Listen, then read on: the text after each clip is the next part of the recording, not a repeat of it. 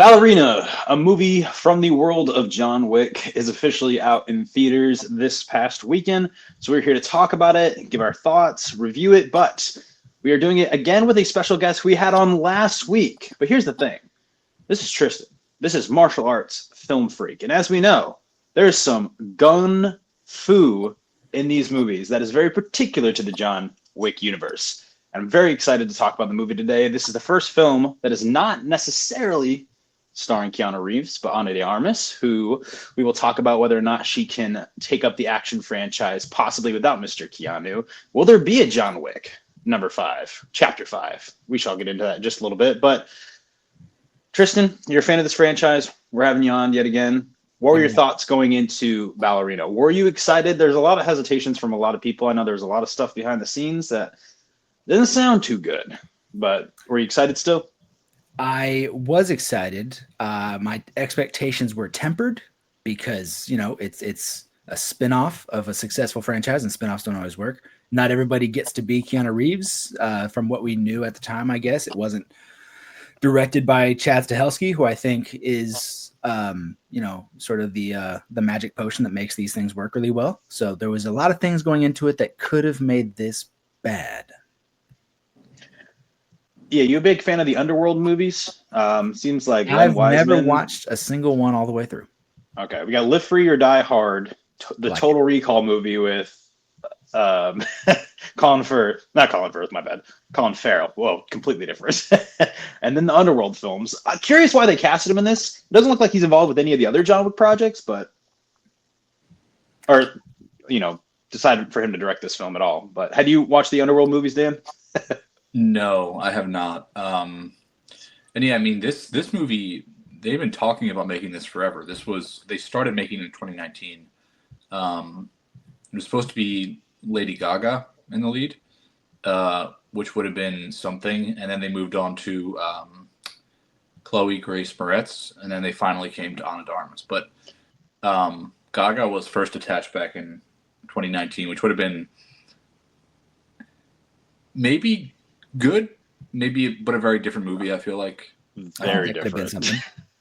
I think it would have tied way more into. I saw your review, Dan, when you're like, if you're into ballet, it's not about ballet. I think maybe they would have tied that a little bit more when it came to Lady Gaga. I cannot see her. I mean, she's only been in 3 films, really. I can't really see her be like a huge action star, in my opinion. Yeah, I mean, she would have had to train for a long time, I think, which I'm sure she could have done. But yeah, that would have been interesting. But yeah, I mean, Len Wiseman, it seems like didn't really end up directing this movie at all. Basically, I think Stahelski probably got not overprotective, but like protective of it, and was like, yeah, this is gonna be bad, and then was like, let's make a new movie, essentially. That's what I kind of said in my review. Like, this movie had so many things stacked up against it, and it was still able to succeed. And all of those factors bloated the budget, which is a shame, but it's still a good movie. So what was the final number for the budget? Like $80 or $90 million, which is like, when you hear that, it's probably about double what you might think this would be, ideally, which makes sense because it seems like they just reshot the movie with Stahelski. So, yeah. And I mean, the release date got pushed back a full year. Like, so it's supposed to be June of last year. So a lot was working against it, for sure. So you just saying this is Stahelski's baby. I was just, doing some research, watching the movies, and the fact that him and David Leitch basically, I mean, they co-directed the first film, but David Leitch has like gone on to do other things, and Stahelski's like, nah, this is what I want to do. Which I'm curious. Are you guys into Highlander? I know he's doing that Highlander movie with Henry Cavill. I'm excited for him to do something besides John Wick to see how that turns out. Something other than gun fu. Yeah, I feel like it's probably going to be solid, but I'm somewhat into the Highlander stuff, but again, Chad Stahelski to me is sort of the the thing that makes everything work. So give the guy who is a veteran of old school action and has made some of the best action movies of the past 10 years and, give him a movie about sword fighting. So yeah, I'm in. Now I have to ask, we're going to talk about the John Wick franchise in another episode that we're going to record here in a second. But Dan, and probably you as well, Tristan, with you being such a big fan of The Matrix, man, I should have left this for the other episode, but how was it when you saw Lawrence Fishburne and Keanu like come together in that second movie? That's just so off topic, but I had to ask you.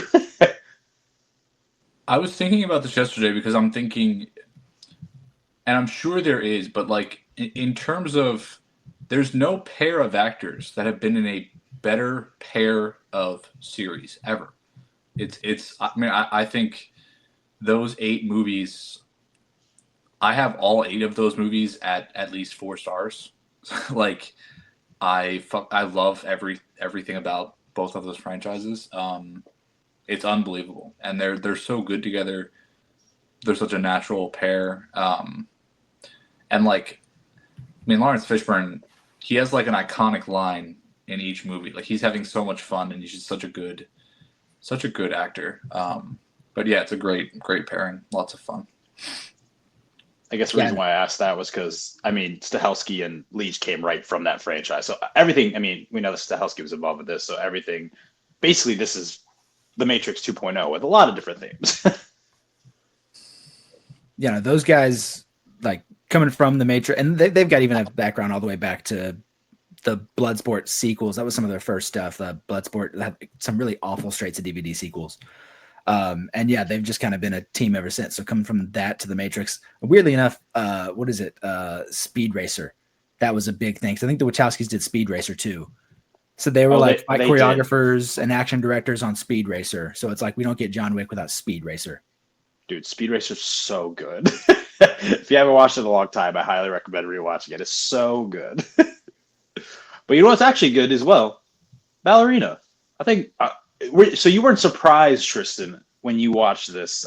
I'm assuming you thought it was pretty good. I know Dan did. I did as well. Well, let's get your thoughts first out of the gate here. We'll keep it spoiler free for now, and then we'll dive a little bit into spoilers at the end. But I think it is a fully worthy addition to the franchise. It is an excellent spinoff. It maintains the spirit and sort of environment that exists within the genre. I love the amount of lore that we got.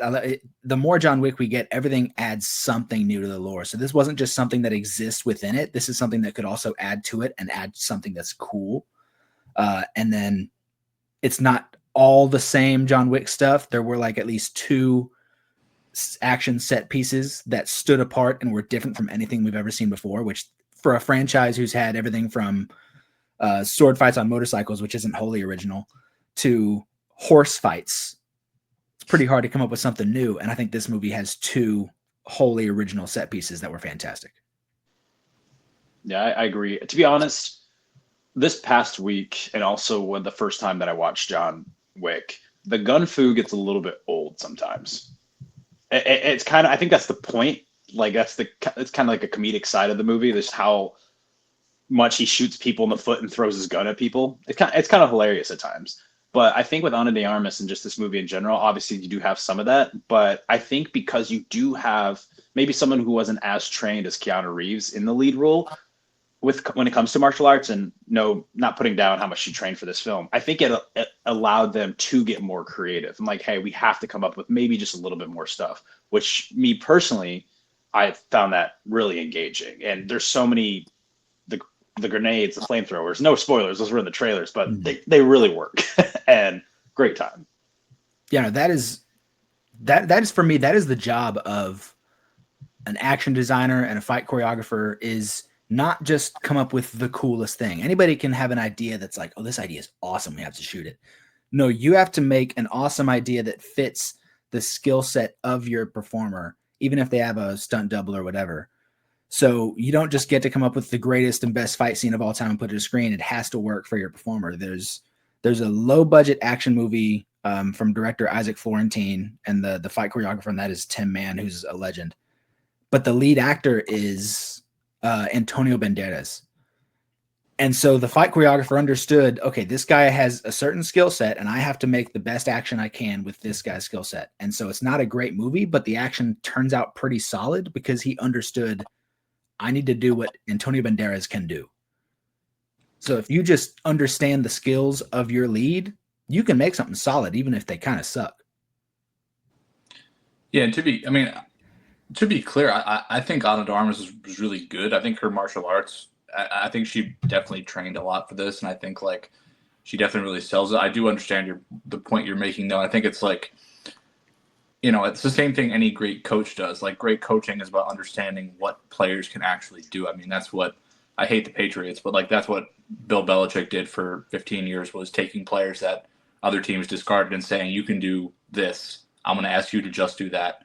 And I'm not going to ask you to do anything else. And I'm going to have you do that until you're done. And then you're gone. But like, I think that's important to just understand what people can do, what they can't do, and not try to, put a square peg in a round hole. But she was really good, and she sells this really well as an action star. Yeah, that was not to put her down. She's fantastic. Yeah, yeah. As well with me, I was just saying I didn't feel an exhaustion of the gun fu. Like, it felt like they were diversifying the action a lot more in this movie than maybe they had done in other John Wick films.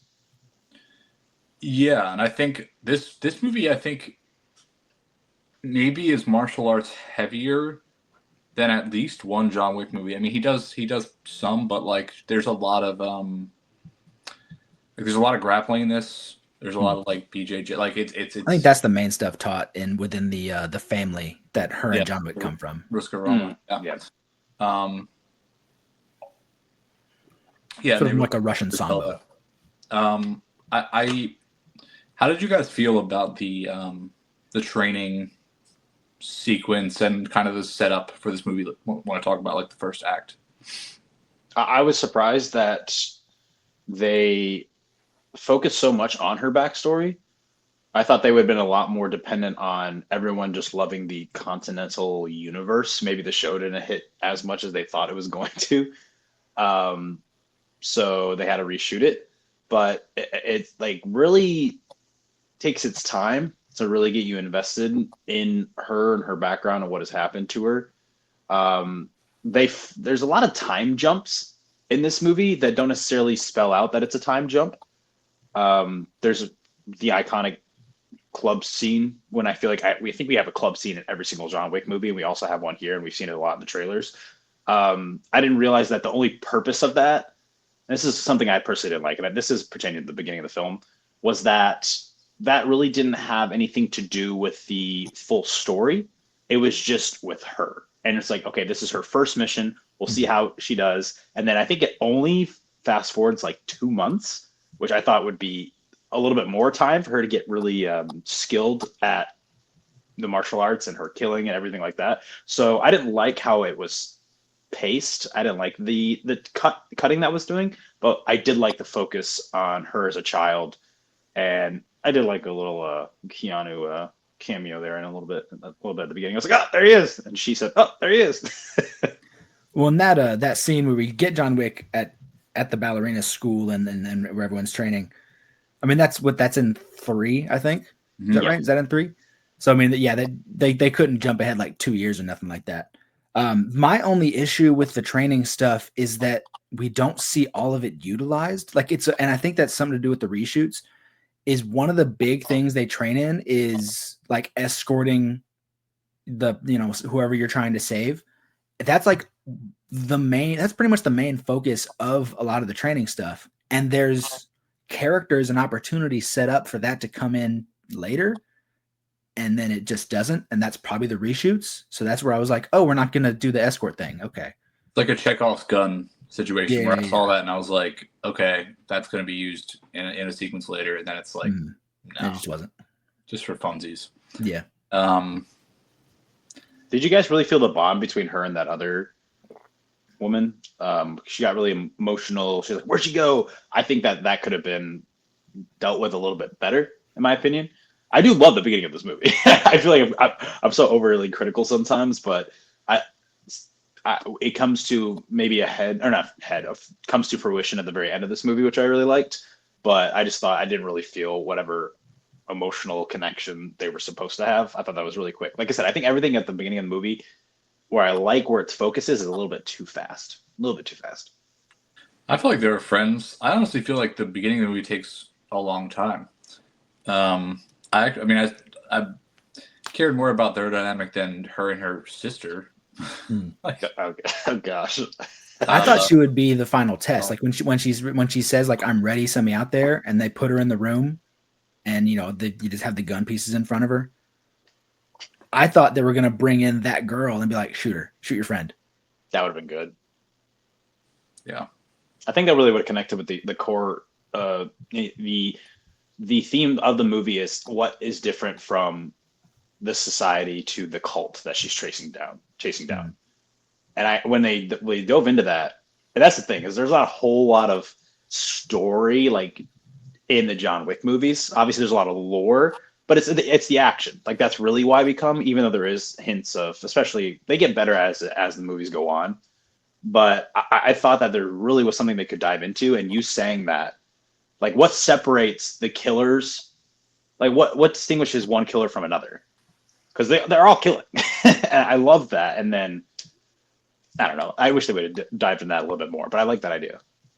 I find the test thing kind of bizarre. Like, who is that woman that she murdered? She was one of them. Someone who used to be, maybe they broke code or something. Excommunicado. Yeah. Yeah. I kind of feel like I would have liked to have known who that person was, because it feels very, like you said. I mean, the entire point is that there's a difference in morality between like it's people that just enjoy killing, I guess. But I don't know. It's a little bit jarring. Not that they're like heroes per se, but it just felt a little bit out of line with the rest of their aesthetic and training and whatnot. But yeah, I think Angelica Houston is really good in this. I think she's. I enjoy just watching her. I think she feels like she's really in command there. I mean, I like you said something about the ballet stuff. I think like you're calling your movie Ballerina and you're focusing on a ballerina. Like it's fun. My girlfriend is a professional ballerina, and I watched this with her. And like when you start with Ana de Armas, she's been doing ballet for 12 years. And what she's doing is called fouettes, where she's just like spinning, and she can't do that. She keeps falling down, and we were both like, "What is happening? Like, what is she doing?" So it's like a little bit funny, but I just feel like they could have worked that into the story a little bit more. Like, there's nothing until like the last shot, really, but it doesn't really matter. Dude, with Tristan being a martial arts expert and then you being a ballet, like, what do I bring to the table? Like, I'm nothing. This movie review. I don't know if I'd call myself an expert. Yeah, you know a lot more than me, man. I also think Gabriel Byrne is here as the villain, who's a great actor. I just watched Miller's Crossing, which I loved, and it was fun seeing him immediately after that. But I thought he was solid, and I kind of enjoyed their little setup in the mountains. I thought that was fun. Someone that also showed up just for a little bit, and I think this must have been a Chad Stahelski thing because he knows who to get because he's an action nerd, is the Korean guy who's the boss that she fights in the club is a Korean action legend, pretty much, named Jung Do-hong. He's got some incredible films from like the early 2000s. City of Violence is one of the very best. Arahan, he's the bad guy in that movie. Fighter in the Wind, which is a fantastic karate film from South Korea. The dude's just like he's like a very prominent action director and fight choreographer in South Korea as well. So he's like truly an action legend. And so seeing him, I was very happy. I'm happy he got some kicks in. I could have used more of him, but that's just me being a nerd. Yeah, I thought that sequence was cool too, and on the ice, that was brutal. I mean, she really gets like the shit kicked out of her in this movie, which you know, I think the movie like is aware of the fact that she's like a small person and like is gonna be like undersized in fights and all, and like I think they tried to like focus on that. I think a lot of people when they see She like fights messier.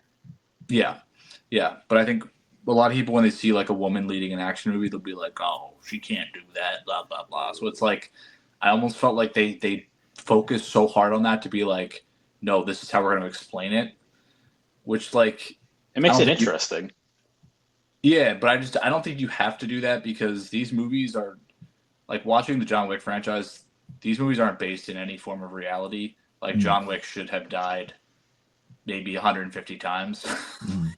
Dude, People will it just be is. looking at it with assault rifles and they'll be like, "I'm gonna not shoot you because so I want to get punched in the face." Like, it's not real. I'm not looking for realism, but they decided to cover their bases there, I guess.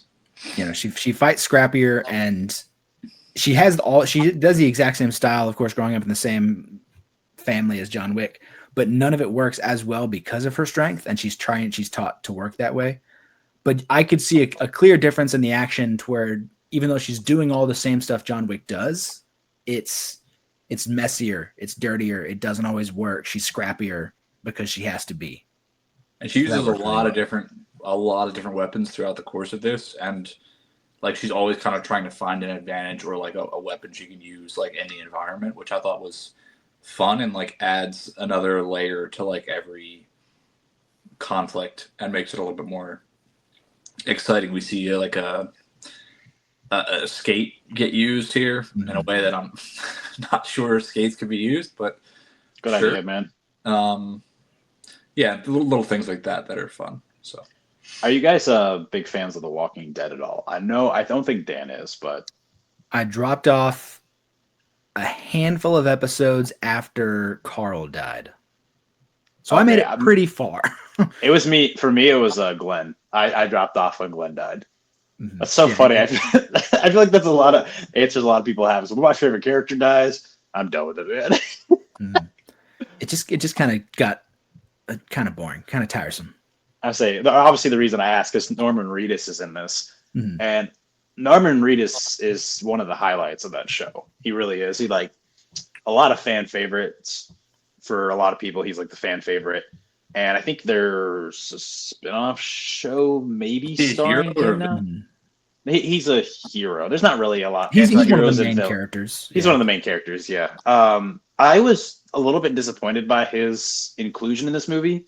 They kind of sidelight him, literally, but I like what his character brings to the story itself, and that is the fact that he has a daughter, and Eve sees herself in this little girl because she gets taken by this cult, and now it gives her even more of a reason besides revenge to try to infiltrate it to get to the top dog of the place. And I thought that was a very good idea, and the fact that just like her and her father, right, Norman Reedus was someone trying to get out of this. So I mean, it's basically just a snapshot of what her life is through Norman Reedus' character. Like I said, that being said, I wish he had a little bit more to do here, and it kind of just felt like, what's his name in The Walking Dead? Daryl. Yeah, Daryl. It felt like just Daryl ripped right from that universe a little, just put in here. But I mean, he was in the Bike Riders, which I feel like Daryl fits really well in the movie The Bike Riders. I don't know. I feel like whenever it comes to the John Wick universe, everyone's like a really big, like a character. You know what I'm saying? They feel like a cartoon in a really cool and serious way. I thought that Sharon Duncan Brewster, her character's name is Nogi. I thought she fit that perfectly. Like she was hitting all of her lines just with just enough emphasis. Yeah, camp and just having a lot of fun with it. And I don't think Norman Reedus could do that. And I really wish he did. But he was the one standout. I was like, this could have been anybody, and it would have been the same or it could have been better. He's got such an odd career because he is immensely famous and popular and beloved, but I don't think he's like a movie star. But he's in a lot of movies. And it's just it's such an odd career for, and I love him very much. Again, The Walking Dead, Boondock Saints, even Blade 2. But like he's got a really weird career. I like the way he was used here. I think like watching the rest of these movies, there's a lot of people that kind of pop up for smaller roles, but like still feel unique and bring something. I thought it was fine, and I feel like also the main purpose is to inject the daughter into the story, which I think leads to one of the best moments in the movie towards the end. So I was fine with it, and I think like you already have so much focus on a decent amount of focus on John in the third act here. So like I feel like if you gave too much focus to him in the second act, it's like it's not even her movie. So I think it was fine. I think they were trying to balance it. Do you think there was more? I guess we can get a little bit of spoilers now. Do you guys think that there was more Keanu put in the movie when Stahelski was brought on, or that they already had him in there for that amount of time? I thought they used him kind of wisely. I was thinking maybe Norman Reedus's character could have been that John Wick stand-in at the very end of the film. Maybe they were going to do more with him, but like you said, Dan, they already had John Wick there, so there was no reason to include his character at all. Daniel Pine, pretty good name for the John Wick universe. I thought it was perfect. I thought honestly when the first John Wick cameo pops up, that scene felt to me like it was put into the movie after the fact, sort of. And in my head, I was like, "Oh, is this going to be the only John Wick we get?" Because that scene felt like so shoehorned in. And I was a little bit like, okay, like I didn't need that. Like if that's all it's going to be, I didn't need that. But they circled back and they set it up nicely, and I thought the third act was awesome with him. But yeah, I feel like they did a good job balancing. Tristan, how'd you feel about it? Yeah, I didn't have any issues with him coming in that third act. I think that he's maybe somewhat of a lesson for our hero in this one, because he's John Wick. He is the Baba Yaga. She is zero threat to him. She is not a challenge whatsoever. He is throwing her around. Everything she tries, he has a defense for it, an answer for it. And it literally comes down to him holding her in a triangle choke and like her pleading her case as she's like, okay, I can kill you right now, or you can, convince me to let you go. I absolutely love that decision because I feel like this is the lead character and you've shown her being a badass the entire film, but then everyone knows who John Wick is and how immensely like powerful in this world he's supposed to be, and she just doesn't stand a chance against him. And I thought that was a very good decision that they made. Yeah, and I also think that having them interact gives you a chance to like develop both of them and give characterization to both of them, and like because you see John, who is like basically a killing machine, like processing what's going on and trying to make the right choices, even though he's like, has his orders. That doesn't really mean much to John Wick. But I think watching him try to navigate the situation as she, is just tearing through these people, and it was intriguing, I thought. And I like kind of setting them up on opposite sides and then kind of bringing them together. I think it was well written, and like I said, like this story isn't like reinventing the wheel, but given how much this movie went through, like, and how many changes it went through, the story is pretty competent. Like, it's very simple, but it is competent. So I was happy with that whole sequence. I thought that sequence too was like a lot of fun with the whole town kind of like mobilizing. Yeah. I was gonna say, how did y'all feel about that? Like, because they set it up as nobody knows where they are, because when someone goes looking for them, they go missing. And it turns out the reason they go missing is because the entire town is the cult. I liked it. It was very kind of like horror movie-esque. I thought it was sick. In a way. You could see it happening too. Like when she walks into the coffee shop and you see people like everyone's staring at her, giving her a glance, and one by one they're all leaving. I was immediately thinking like, oh, I bet they're all in on it. They're all in on it. Even the coffee shop owner got me too, like the one that took her order. I was like, maybe she's not, but she still was. I will say, not thinking about this, if you think about this being a movie, it's fine. But I was like, one girl, one person taking on an entire town. I'm like, that's a little far fetched there, but it's a movie. It doesn't really matter. They pop up at that argument doesn't stand and hold any water in John Wick. John Wick ran through New York City as just everyone's phone started lighting up saying he was excommunicado. Yeah. Okay, can we talk about something with this? We'll wait until the John Wick. I have a thing about the civilians in the John Wick universe, this theory that I wanted to say. But yeah, people just could have shot her through the flamethrower. I was like, guys, just right there. You can still shoot through fire, I think. I've never done it, but it's easy to say until you're standing in front of like a military grade flamethrower and you're running for your fucking life. As someone who's just like had a really good seat at a wrestling show and then the pyro goes off and you're still like 30 feet away from it and you're like, that's hot. I can't imagine someone shooting that at you. They have that for player introductions at the Sixers too, and it's hot as fuck. It's so hot. Like I can't imagine being those performers or athletes who have to stand next to the pyro as it goes up like that. It's so hot. Yeah, it's crazy. Yeah, and that, I mean, the flamethrower stuff, like, I'd love to know how they shot that or like what that looked like. And she got the like flame retardant suit, which helps her out, but like that stuff, it looked great. I mean, I think it was also sort of like a vague callback to the Dragon's Breath shotgun in John Wick 4, but like they said, let's do that, but take it to the max because people like that scene. I wish there was the like Mythbusters. I don't know if they still do Mythbusters, but I would love to see if that's possible. Like if a sprinkler system and like a flamethrower met, like what would happen? Like who would win out? I think those guys like hate each other now. I'm pretty sure. I think they had a huge falling out. Well, that's a bummer. They've said that they, or at least one of them, Adam, has said that like if we need to work together, we can be professional and work together, but we're not like that friendly. Yeah.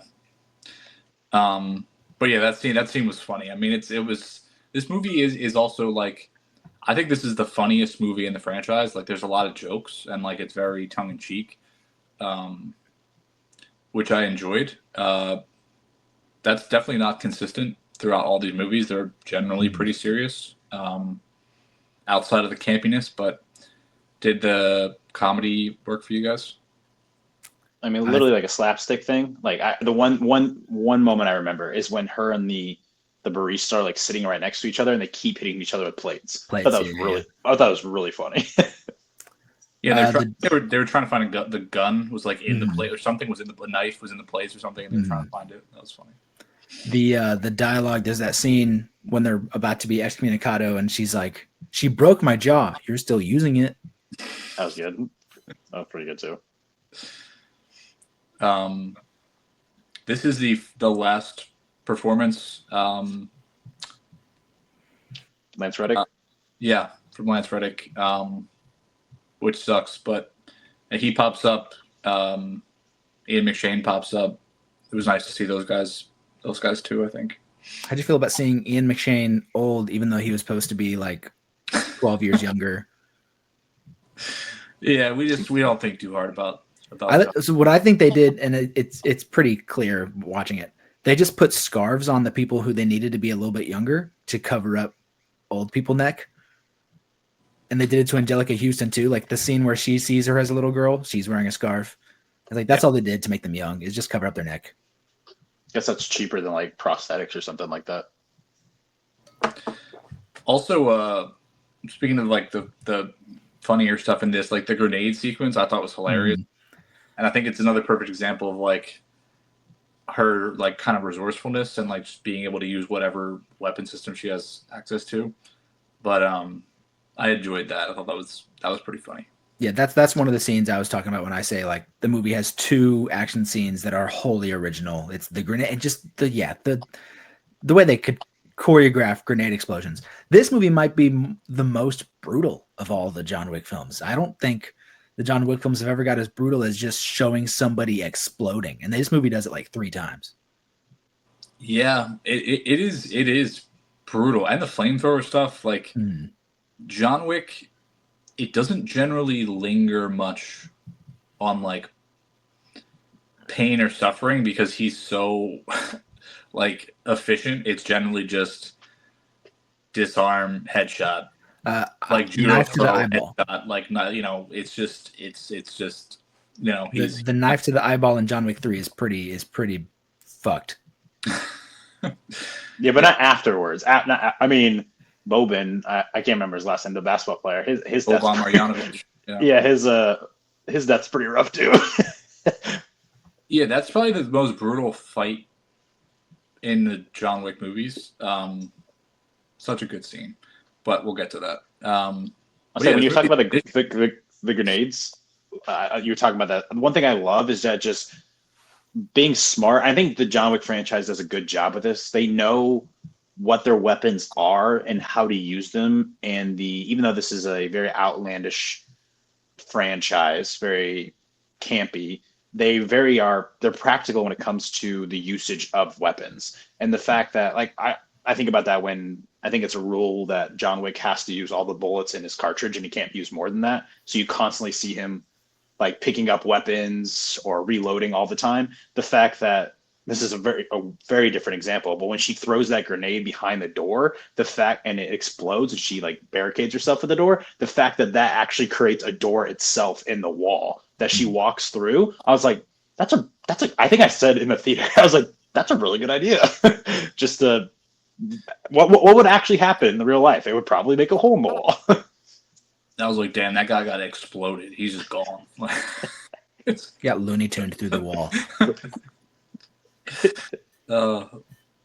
Yeah, that was good though. Yeah, I thought this was solid though, man. I mean, we've all said it. A lot of people have said if you get the action done right, it's hard to mess it up. We're not looking to reinvent the wheel of the story. Girl's father dies, wants revenge. Sure. Dude's dog dies, wants revenge. Sure. Yeah. I didn't like. Let's talk about it. You're my grandfather or whatever the fuck. You're my sister. Like, I don't care. I don't need any of this. This movie, I think, is too long. I think they could have just take out that storyline. Take out, I just don't need it. That's how I felt personally. I didn't feel any emotion from that. They didn't really use it in the story outside of like maybe pissing her off a little more. I don't know. How'd you guys feel about that? Yeah, it doesn't add anything. It doesn't change anything. I think I was completely content with them just like it clearly being set up that her father had escaped this cult society.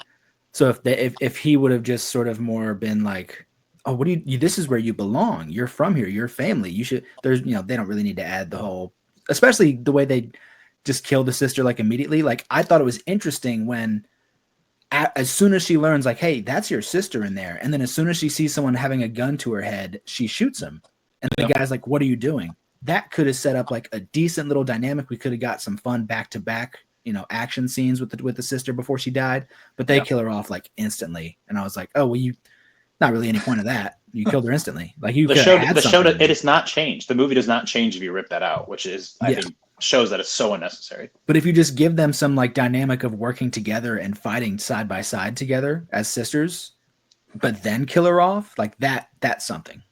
In my opinion, that automatically adds a different style of action. Like instead of one main person, you have two, and you can really build off of that. And they've done that in other John Wick movies, and that's something that was lacking in this film. So just add that. Just add that. That would have been so simple. And then kill her off. And then you're like, oh man, I feel a lot because they just had a really cool fucking action scene together. Yeah. I also just want to talk about. I fucking hate Lionsgate. They're so dumb. Like the way they you hold the review, like they sent out that email about the reviews, whatever, about like asking people to put out whatever positive, enthusiastic social reactions, but don't review it if you have anything negative to say. Like they send that out, everyone reacts to that, and then you have the review embargo up until the night before this thing releases. And it's a good movie. You do that with slop. You do that with stuff that everyone's going to say is bad. Like, are you test screening this? Do you not have people watching this being like, no, it's a good movie? Like, what are you doing? And when you do that, like the movie's gonna make like $25 million this weekend. Like it should be making $40 million. This is a good movie in a big franchise, and there should have been a week of people talking about it positively with full reviews and enthusiastically, and not having a weird taste in their mouth from that stupid ass email. And I don't know what the hell they were thinking. I have no idea. There was no confidence in this. I understand it went through a lot being made, but still, you look at the finished product and you have to know it's a good movie, right? Do you have any sense of what a good movie is? Like, it's just, it bothers me. And the movie, like, will, maybe suffer for this. And it's frustrating because it is good. So I just wanted to talk about that. It bothers me. I don't know. Maybe they knew some sort of drama when it comes to making the movie that we don't know, other than, the Len Wiseman got sick and Chad Stahelski directed like half of it. Maybe they knew something. I don't know. But yeah, it's definitely an odd choice. I remember when I first saw your TikTok talking about it, I was like, that's weird. Why would they do that? And then I see later on people saying, I don't know why they're doing this. It's good. I've seen it. Yeah, there's a lot. I mean, Dan was like the first one on that. I remember he screenshotted and sent it to me, but then like I'd send him something on Twitter, like everyone was talking about it, and I was kind of happy that all the like respected critics out there, not that Dan's not a respected critic, but I was saying like other critics out there who have been who's been around for a long time. You just give real takes. Yes. Yes, sir. But they said the same thing. Did he actually get sick, or did he get the I directed a bad movie-itis? Like what? What do you say when he talks to you, Tristan? The story I came across was that he got sick. I don't know. No, I saw that too, and I was like, but I also saw like Chad Stahelski just watched the movie and was like, "This is horrible. I'm gonna." And it's like I can see that for Chad Stahelski. It gives me the vibes of like Foo Fighters' second album. Like Dave Grohl is a drummer before anything, and the second Foo Fighters album he didn't like. It was before they got Taylor Hawkins. He didn't like the drum tracks laid down, and so behind the drummer's back, he just laid new drum tracks. It gives me that vibe where I can totally see, because I mean this franchise is his baby, like 100%. It's his child, so I can totally see him being like, "Oh, this is a really bad. No, I'm gonna step inside. I'm gonna step in and do something here." How do you guys feel about that? Like creatively, like how do you feel that that's justified? Do you feel the director should be able to like make his bed and line it? Like, what do you think is right in that situation? I was talking to I was talking to my buddy last night about the whole debacle when it comes to the Him movie coming out later this year. Oh, Jordan Peele's Him? Yes, Jordan Peele's Him. Jordan Peele's And obviously, I want to Jordan Peele's new movie. Exactly. I want to say his name real quick. The actual director of it, Justin Nightmare Before Christmas. Exactly, yeah. Justin Tipping. So obviously Justin Tipping knows that this is happening. This is something that I think Universal is putting out that movie. It makes sense because Monkey Paw has I believe a deal with Universal. But he's got to know that this is happening. On the trailers, it goes Jordan Peele, like it shows his name like in big bold text, Jordan Peele. It's like the first thing you see in the trailer. I wonder how he thinks watching that, and it's the same thing maybe with this movie. Like maybe it necessarily, I guess it's a little bit different because as a director, obviously this is your project and you spent a whole lot of time on it. But possibly for a career standpoint, if Ballerina had done even better, I mean, if the movie would have been worse, if the director didn't get sick of it before Stahelski came on, what is the like? Maybe it pays off afterwards. Like Justin Tipping, probably it would piss me off, and it's a part of the game that you got to get Jordan Peele's name on it. Steven Spielberg, a lot of time, his names are big and bold when he's a producer on anything. But possibly, if the movie is good, then it gets recognition for the director who's actually involved with it. So that could have been something that maybe Wiseman was a little bit more okay with when it came to this movie. Maybe Stahelski can come in, but if we do really well, I've learned so much from him on this too. Maybe the next Ballerina 2, Parabellum 2, could be more of my thing. It's just a tricky thing I think about the studio system that I want to know what these guys think. I think it may depend for me on why Stahelski came in.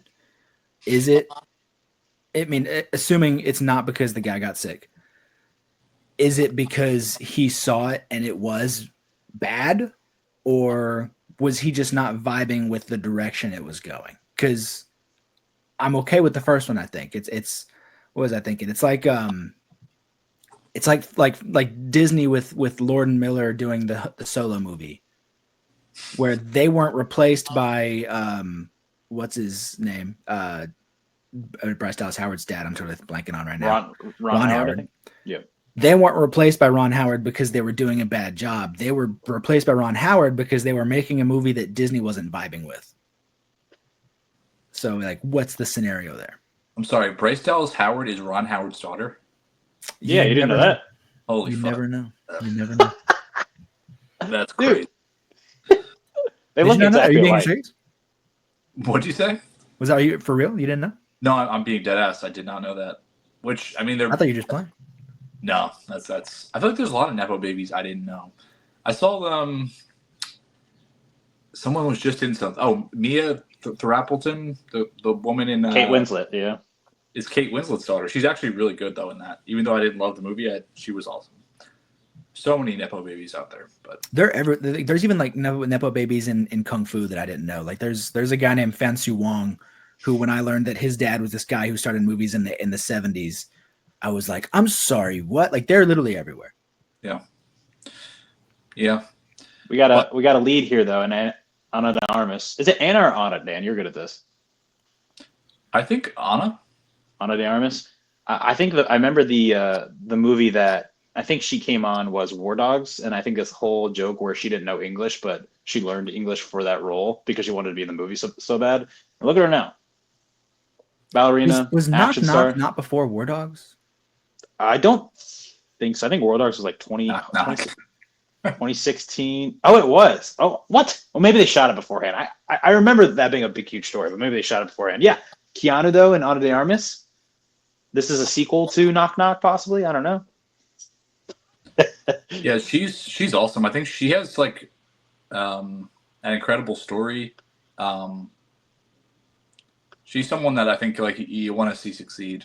And this will really help her career. And I feel like I didn't say much about her, but I think like it was tough because you want to make a new character with Eve, but I think she also was able to capture something that Keanu did with his performance of like, it's the same kind of like stoic performance and delivery and like not saying much. And that's what a lot of what people love about John Wick, because I think also that character for some reason doesn't exist today.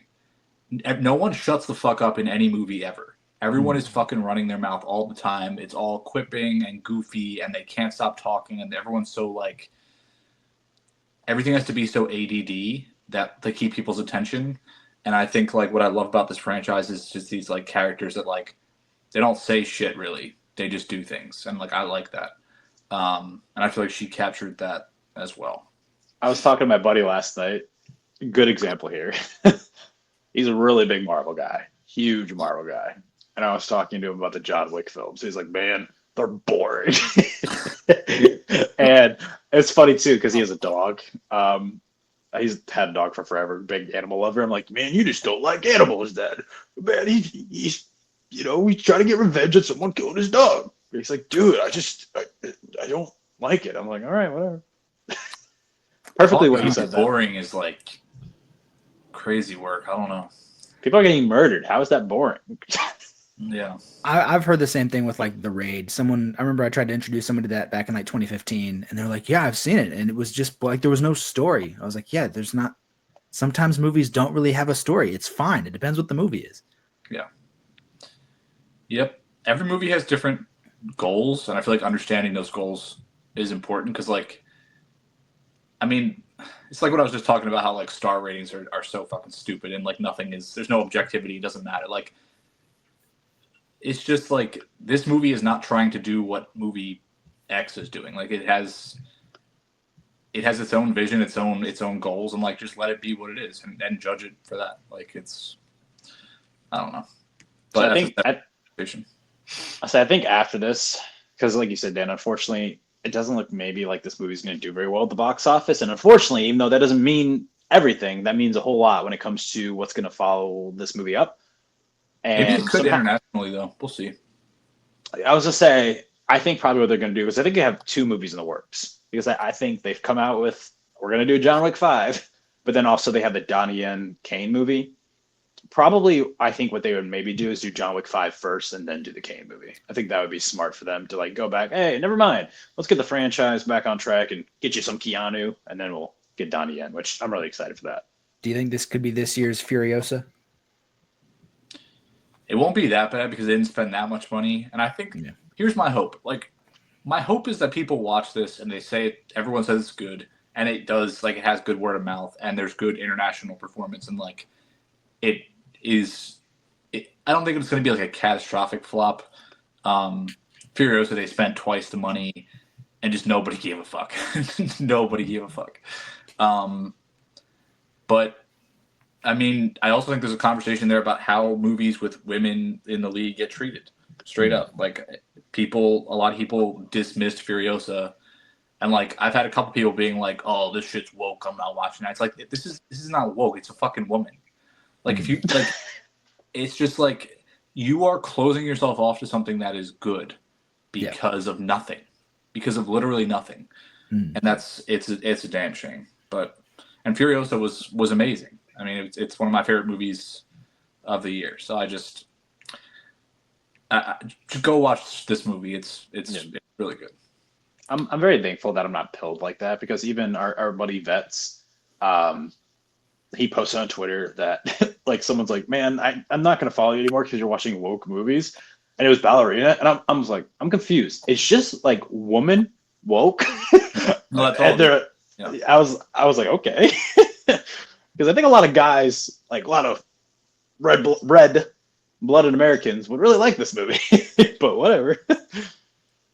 And it's what we were talking about. I mean, Tristan, we just we texted back and forth, me and Dan and Connor a couple days ago about the fact that unfortunately, so sad, but that Sinners hasn't done really anything internationally, obviously because of racism. And it's just like it's so disappointing because it's just really good. I can't believe someone because of their prejudice against something that does not matter at all. It's just robbing themselves of beautiful art. It's so tragic.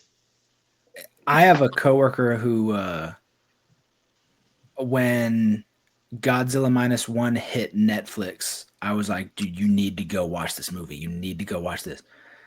And he was, when it comes to what's being made today, is only familiar with the like American Godzilla stuff. And he's like, oh, they made a new one? They made a new one? I was like, no, it's a Japanese movie.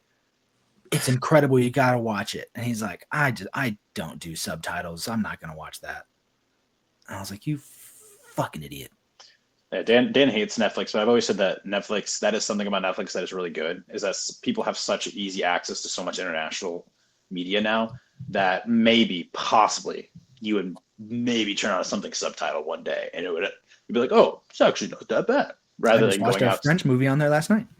There you go. You have to be able to read though, so that cuts out like 30% of America, sadly. I don't do words good. But I think they're abandoning From the World of John Wick. By the way, speaking of words, too many words in this title. Actually, I think they're just going with. Still on IMDb. It's still on IMDb. So dumb. Got it pulled up right here. You can see the long title there. It's still on IMDb. Yeah, they changed it on Letterboxd and they changed it on Wikipedia. Now it's Ballerina, marketed as From the World of John Wick Ballerina. Fire every fucking marketing person at Lionsgate. Fire them all. Fire them all. That's all. It's similar to Birds of Prey and the Fantabulous Emancipation of One Harley Quinn. I like that title. I do. Yeah, but at least that's a title that has to do with the movie. Like, yeah, this is just. Would you have preferred Fast and Furious presents John Wick? A Mad Max story, you're gonna say? Yeah. Would you prefer just Furiosa? Yes.